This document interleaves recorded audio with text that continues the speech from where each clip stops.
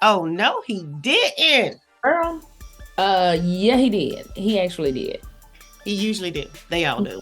Welcome to the podcast. Oh no, girl, yes. We are so excited to have you join us for another episode. Don't forget, if you're listening, wherever you listen to your favorite podcast, you can also see our lovely, shiny faces on YouTube, and you can also subscribe to our YouTube channel. We're lightweight, adorable.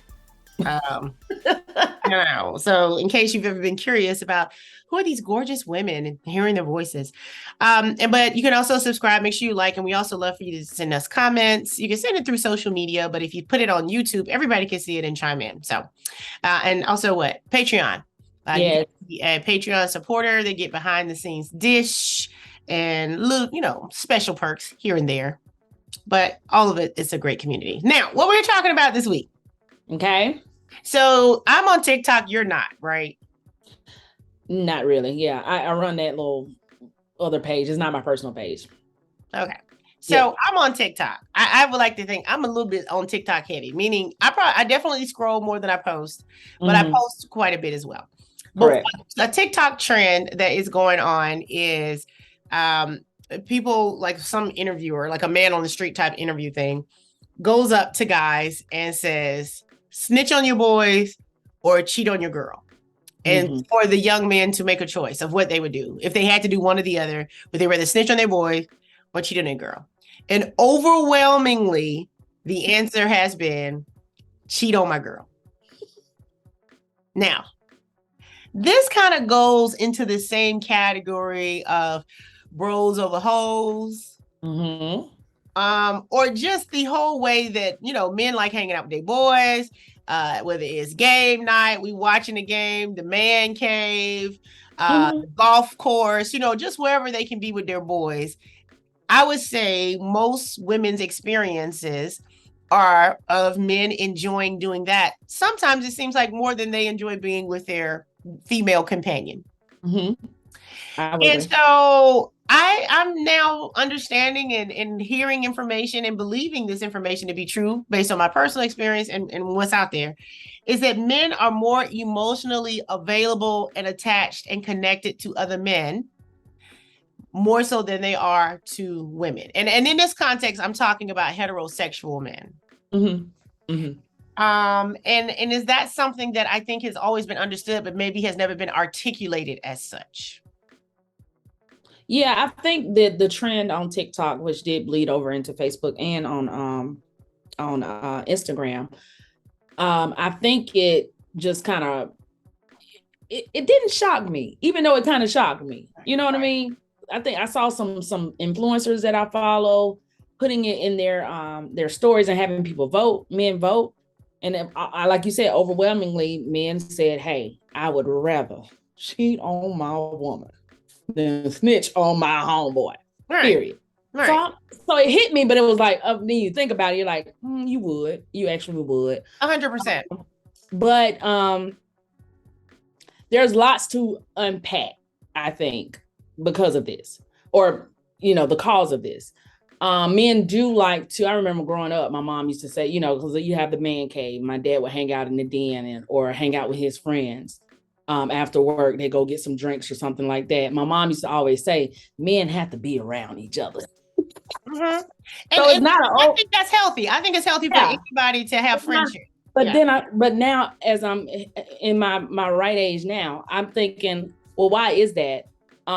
It is healthy because women like to be around each other too. Right. So it is healthy. I think they can let their guard down, and maybe not even their guard. And don't take this the wrong way, men, but I feel like they don't have to be on in front of their guy friends, like mentally on. I feel like sometimes men feel like they have to be on their P's and Q's, and I think we're emotionally more intelligent than they are. I mean, I'll just say that. And I think that they feel like they have to feed into that, and that's tiring for them. That's exhausting for them. So, I mean, I get it. Also, a lot of women, I mean, well, not a lot of them, but there are women out there who, if their husband or boyfriend cheated on them, it's not the end of the world. Right. And I feel like they feel like their loyalty to their guys is because that may mess up something for the future. But as far as their girl is, she'll forgive me. That could be. Let me say a realization, and this might be the clip of the week. Okay, a man will be more loyal to his barber than his woman. Yeah. He not gonna sit in another man's chair to be cut. If his barber's out of town sick, he gonna just be looking rough till his man come back. His girlfriend can go to work. It's somebody else at the house. She can go visit her family for the weekend. It's somebody else. I mean, a man is more loyal to his barber than his woman. Well, there's that. I'm just saying. I mean, let's talk about it. Let's talk about it. If you ask a man, that's the question. Because I think if you say snitch on your dude, the word snitch has a negative connotation. So I think the default is, yeah, I wouldn't snitch. So I might not even be thinking about actually cheating on my girl. I'm just saying I ain't gonna be a snitch, right? So, no, nobody. Right. So that might not even be men do tend to mind their own business a lot more. I think, you know what I mean? With women, we're gonna tell, oh girl, I saw your y'all still well, and I don't know if that's good or bad, like, because that's I'm not saying it's a good or bad another thing. Space where we say men don't hold each other accountable when they no. I'm not saying it's a good or bad thing. I'm just saying men most time they're gonna keep their mouth closed. You know what I mean? Whereas a woman, we feel more apt to, like, if we think something's going on with the girl or what, you know, we may feel more apt to say something about it with a girlfriend or a friend or whatever. But yeah, I don't know what that. I just think it's a stronger emotional connection. I think from a very young age, little boys and little girls are getting different programming about how to interact with each other. And some of the programming that cross lines that is also all bad information is the little boy hits you and runs around the playground and the little girl's crying or tells. And then the first messaging she gets from that is, oh, that means he likes you. And so women get attached to this idea that he's hurting my feelings or he's harming me or he's doing this because he likes me, you know, and it's like you start learning that as a young girl. And then little boys and little girls hear all the time, oh, girls mature faster than boys. And so what happens is, I think that is why a lot of times men are easily intimidated or try to extend what they feel is their power in those moments, because little boys are raised to be competitive, and so when they know they can't really compete with our emotional intelligence and bandwidth because we've been programmed to do the heavy lifting in that space, then they can just not call you, right? They might not be able to articulate what they're feeling in the moment, but they can just not call you or know you looking for them at 5 o'clock and not call you to try to make you feel something that might match what they're feeling, right? And so I think ultimately, I think that, it's easier for them to emotionally connect with other men because they're in the same struggle. You know, I mean, just like when you get a room, you can have a room full of women who have never met each other, of a certain demographic, a certain age, a certain reason, and we just have a vibe, right? Because we kind of understand the stories without even knowing each other. Right. And I think men feel the same thing. You know, it's like, oh man, you're a former football player, then there's a connection there. Or you're a former this, or you did that. They have a natural connection that they don't have to try to figure out. Whereas when a man and a woman meets each other, we're trying to figure out, how are we vibing? What are we connecting on? Right. What do we believe in as similar? What are our styles? And a lot of times, even though they don't vibe or mesh up, we still might have an attraction. And so we just gonna fight through it. We're just gonna fight each other through the whole thing, right? Even though it's not a natural vibe or connection. Right. And I think men, but that's interesting though, because when you think of heterosexual men, again, this is some new information I've been processing. I think men would rather be with other men for the most part. Like, if I think they like women as much as they like them, but if they said, hey, you can have a week on the islands with your boys or a week on the island with your girl, your one girl, gonna say my boys, right? Because in their mind, I can get some girls on the island. Right? You see what I'm saying? In their mind, I can get me a girl on the island if I'm with my boys, right? And so I think they feel more relaxed. They feel more themselves. They feel more authentically presented when they're with other men. And it is a true emotional attachment and connection they have with each other. Now, factor in the woman. Where does the woman fit in? Well, he might find her physically attractive or sexually arousing. And so he has to do what he has to do to have that access to her, right? But that's not where he's picking to be for the majority of the time based on his enjoyment level. Man, she always be wanting to talk about something. Well, yeah, that's what girls do, you know. Talking. The girls be talking, you know. We be talking. Right. And there's obvious, you know, intrinsic differences between us. And I personally think that if we actually were in our actual spaces of how men are different than women, it actually would be so much more complimentary if everybody brought who they were to the table. I think, especially at a big age, you stop bringing things to the table because you feel like either somebody didn't honor it, didn't respect it. So let's just say if we went back to this concept of an Adam and an Eve, right? Why would there need to be an Eve for an Adam, or men and women in general? Even just structurally, how our bodies tend to be different and how we're designed differently. Men are physically stronger than women, right? Like that's not, we're not gonna argue about that.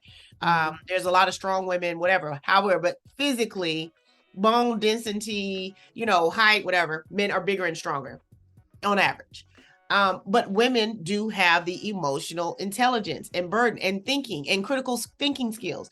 So that's why little boys hurt themselves so much more than little girls, because they think, oh yeah, let's ride on top of the car. You know, and so critical thinking skills is a woman's thing. So imagine if you had physical strength and mental strength as a collective. Right.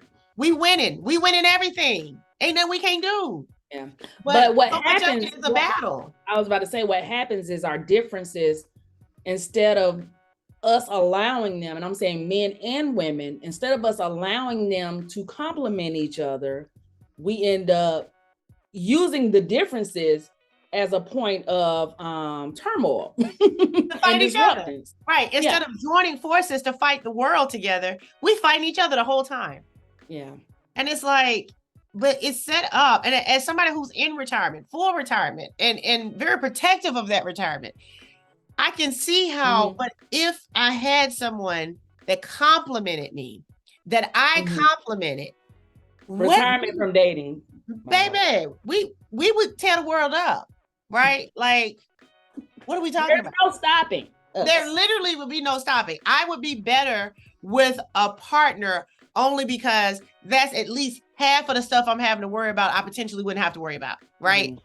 I'm whole as an individual, but I'm saying, let's just say logistics of the mortgage. And this is not just making it financial, but let's say the mortgage. Right. Let's say I'm not able to write the next great screenplay because I have to do this job to pay the mortgage, right? Well, if I'm not worried about the mortgage being paid, I'm writing the next great screenplay.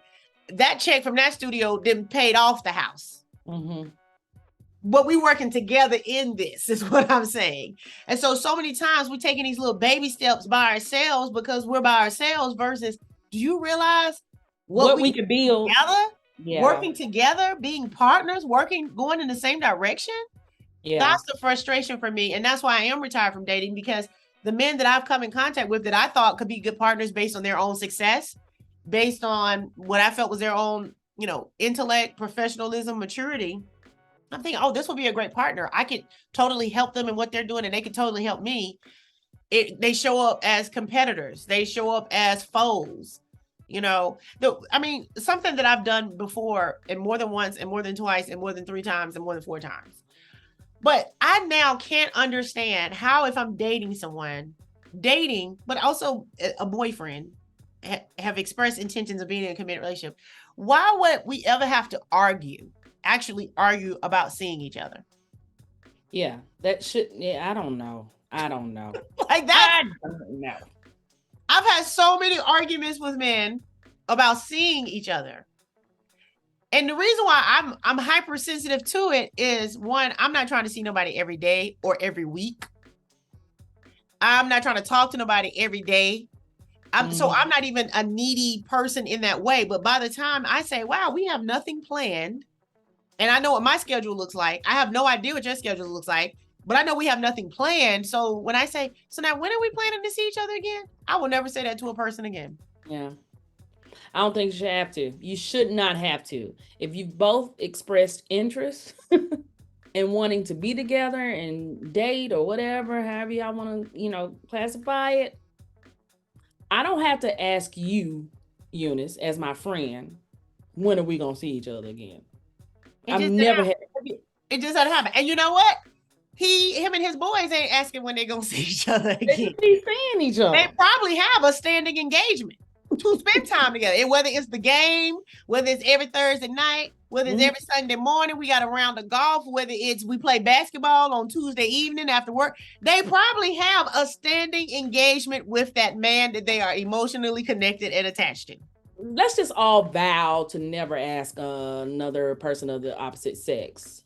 Or if you in the same sex, whoever you date, let's vow that we will never ask that person ever. I will never ask somebody that's supposed to be liking me when I'm gonna see them again. Everybody hold their hand up. Everybody hold their hand. I promise. I do solemnly swear. I will never, ever, ever. Now, let me tell you, I was telling this to, I met a new man recently. And I was telling him that concept of, that was last year, wasn't like 25 years ago when I was so much younger. I know last year on more than one occasion, more than one guy, I inquired about future plans. Mm-hmm. And he said to me, he said, so if I came to visit you for a week, and I said, you already kind of lost me there. Why would you be there for a week? What are you doing? I just met this man 2-3 days ago. I was like, yeah, a week sounds like a long visit, but go ahead with your hypothetical. Mm-hmm. He said, so it would be a problem if, as I'm getting ready to leave, and maybe it's the last day for us to discuss when we're going to see each other again. I said, no, that's how that works. I said, that's different than asking someone, when are you going to see them again? Right. Us making plans and sharing each other's schedules and saying, hey, this will probably be the next opportunity. Let's figure it out. That's different than, wait, let's put some more things on the list. Right hands back up. You will never say again. Hey, did you get my message? Did you get my message? I will never say again. How come you didn't call me back? I will never say again.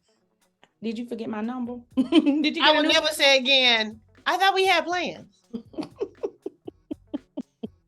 Like the things we have said that we never should have said. So I also told this new person, this new friend, I said, in addition to things I would never say to another person ever again in the history of life, because those things are inappropriate. I said, what I realized is that I have not had a lot of reps. You know, my next book that I plan to publish is called I Might Not Be a Great Girlfriend. We've joked about not having a lot of reps. I said, because on the very early part, what most women experience, and I don't think I'm unique in this at all. I experience it repeatedly, but I think most women experience a total disregard and lack of respect as a person on the part of these men. So we can't even really progress to a relationship or an intentional dating situation because you don't call back. You don't answer the phone. You don't text back. You don't show up for plans. You don't do what you say you're going to do. You know, all this stuff from the beginning. So you've already communicated to me, I don't care about you as a person. Yeah. And so once we see those signs, y'all remember those red flags that were going around people. These are red flags that I think are, you know, very important when it comes to relationships. And if somebody does not treat you like the human being that you are, basic human consideration. We ain't talking about girlfriend, we ain't talking about wife. No, we're talking about just basic human courtesy. If we've had plans for, you know, a 7:00 date somewhere and you just don't show up and you don't call, or I don't hear, you know, if Eunice and I did that to each other, we would have an issue. Like, wait, we wouldn't hang out. Think about, I know I can call maybe 2 or 3 women right now I don't hang out with no more because we would make plans or schedule something and I just wouldn't hear from them. And there would be no acknowledgement of, oh girl, I can't make it, or hey, something changed, something happened. And because what that tells me you don't respect me at all. Across the board. It doesn't matter who doesn't matter. Across the board. So we cannot progress. So the example I gave a girlfriend today, I said, I think I know how to fly a plane. I've read about how to fly planes. I've sat in the cockpit. I've studied the instruments. I have literally never flown a plane. Okay. Because we don't ever take flight. I'm strapped in. I got the buttons, the lever ready to pull it. Ready. I ain't never took flight. I'm sitting on the tarmac. I'm waiting, right? Now, if we ever got to the point where the passengers are on the plane and they say, hey, Eunice, this is it, we about to take off, I'm going to be nervous as hell. I'm going to be very unsure of myself. Guess what? I'm going to kill people, probably. Potentially, because I've never done this before, okay? But if I get us in the air, we're going to hit every bump.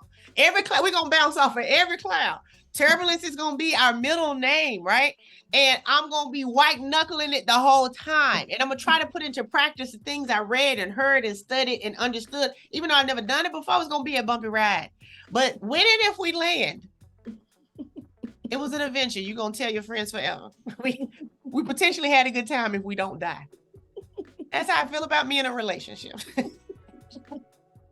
Could be a great time. It's gonna be an adventure nonetheless. Now, if you live to tell it, it's gonna be one of your favorite stories. Hilarious. Or we're gonna crash and burn because I ain't never done that before. So, but it ain't my fault. It is not my fault that I ain't never got a chance to take off. That's not on me.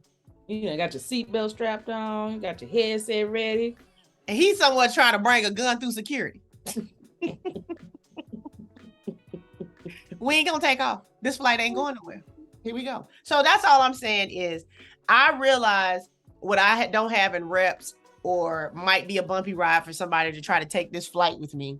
But at the end of the day, I would love for a man to meet me and form an emotional connection to me, just like he would a coworker, somebody on the basketball court, some dude at the gym, somebody that's got season tickets next to him in his section. You know, the dudes that the people that had a season tickets, they don't know these people that had a season ticket, but they form a relationship during the season because of it. Yeah, an attachment to each other. I've gone to games with people who have season tickets and let the person 2 rows down not be there. Hey, have you seen something? Oh, I don't know where he at. Well, I don't know. He had mentioned his daddy was sick last week. Well, I hope they okay. Because there's an emotional connection and attachment. You can literally be dating a man and you waiting for him to ask you about that thing you told him yesterday. I wonder he gonna ask me about it. Or they just don't ever ask you about your day ever. Ask you one question. Ask you one question and you be like, oh, I've had a couple of guys recently. I will say this. I've had a couple of guys I have never dated and they are not in the dating pool. They are just men that I know. And one of them reached out to me a few weeks after I filmed something and said, hey, how did that go? And I said, oh, it was really cool. Thank you for asking, because it just must have popped in your mind and you wanted to know how it went. I had another friend I just got back from a trip who says, hey, how was your trip? Oh, it was hot. It was expensive. Okay, cool. You know, and it's like, that's a very simple courtesy of a respectful relationship. Is you see somebody did something on social media, you say, hey, I saw you did that. How was that? Or, hey, that looks cool. Yeah. You can be dating somebody and they will withhold curiosity from you. They will withhold, well, I don't want her to think I'm sweating her. Remember that time last year when the guy I was dating and I was doing something exciting? I was like, you really ain't asking me nothing about it. He said, well, I ain't trying to seem like a groupie. I was like, I know you would just seem like somebody who's dating me that's interested in what I'm doing. You need to go listen to Usher. Anyway, I don't know how we would ever be able to circumvent bros over hoes. I don't know that we would. And I'm not saying that we should. Not the whole cheating on your girlfriend, blah blah blah. That's not to that extreme. But I feel like, yeah, I don't know, because I don't know that there's an adjustment to be made on our. Well, let me tell you the adjustment I've seen that I'm not going to make, that I've seen young women do, and that's on social media. The boyfriend is calling the girlfriend bruh, like they best friends. They like homies. No, I ain't trying to be your homie. I literally just want to be your woman that you really get excited about being around and enjoy spending time with. So many times women kind of then present as the homie to be his friend. Or, you know, at least that's what they present on social media, as these, you know, bruh relationships. Or, and I'm like, okay, or I don't know. I'm not gonna like no dude calling me bruh. I call you bruh, and it'll go between bruh or guh. I don't want my man calling me bruh. I just don't. Bruh. Because again, I'm gonna have concerns. Why do you need to make me more masculine to enjoy me? And we've seen relationships between men that do seem suspect sexually based on the perceived emotional connection. I know exactly who you're talking about. We have literally seen it. You're like, they must be sleeping together. He must really love him. He must be in love with him, because we have seen Dad, I might need to do a video about that. I think I will. Yeah, anyway, let us know what you think in the comments. Is it bros over hoes? Fellas, those of you listening, do you find yourself having an easier time, a better connection, a more enjoyable interaction with your boys than the women you date or your partner? I think that's a given. I think that's just an industry societal standard is I'm having more fun with my dudes. That's why I'm not coming home till late. Or that's why, and it's like, why can't you enjoy me? Right. And we have even admitted that we do sometimes present or project something onto those relationships that probably make them more stressful and less enjoyable. If I haven't talked to you in 3-4 days, I don't think that means we're not friends no more. Mm-hmm. I haven't decided to never speak to you again. I'm not assuming that you've made all the other new friends and you never cared about me anyway. And we project that onto men after them 3-4 days. Oh, okay. Well, have a nice life. Yeah. I mean, if there is an approach, that would be the only one that I would say, and we've discussed it on this podcast before. Just it's the expectation. Like, why does the expectation for a male friend, or somebody you're dating as opposed to just a regular friend? Right. Why is that higher? You know what I mean? So, and I think it's an unconscious thing that we are now conscious that happens. Right. We are conscious of it. Yeah. Yeah. Because you like him and it's like, well, dang, he didn't even call me today after work. And most of us and our girlfriends know not to call each other after work because she just got out of work. She ain't trying to talk about nothing. She tired. She been out all day. And so we have those understandings for our girlfriends. But okay, he been out of town. He been on a trip. He ain't even gonna call and tell me he made it home. Yeah. I mean, and our girlfriends can travel like, girl, well, I know you got in late. So I just figured you hit me when you got some time. We're conscious of that one. We do recognize that one. But we still think we a good time after that. Mm-hmm. What's the problem? I'm a great time, man. I'm literally a great time. Okay. You just have to take my word for I'm in retirement. All right. Let us know what you think in the comments. Love to hear from you on YouTube. Hopefully y'all are having a safe and wonderful week in general. And until next time. Oh, no, he didn't. Girl. Yes, he did. Yes, he did.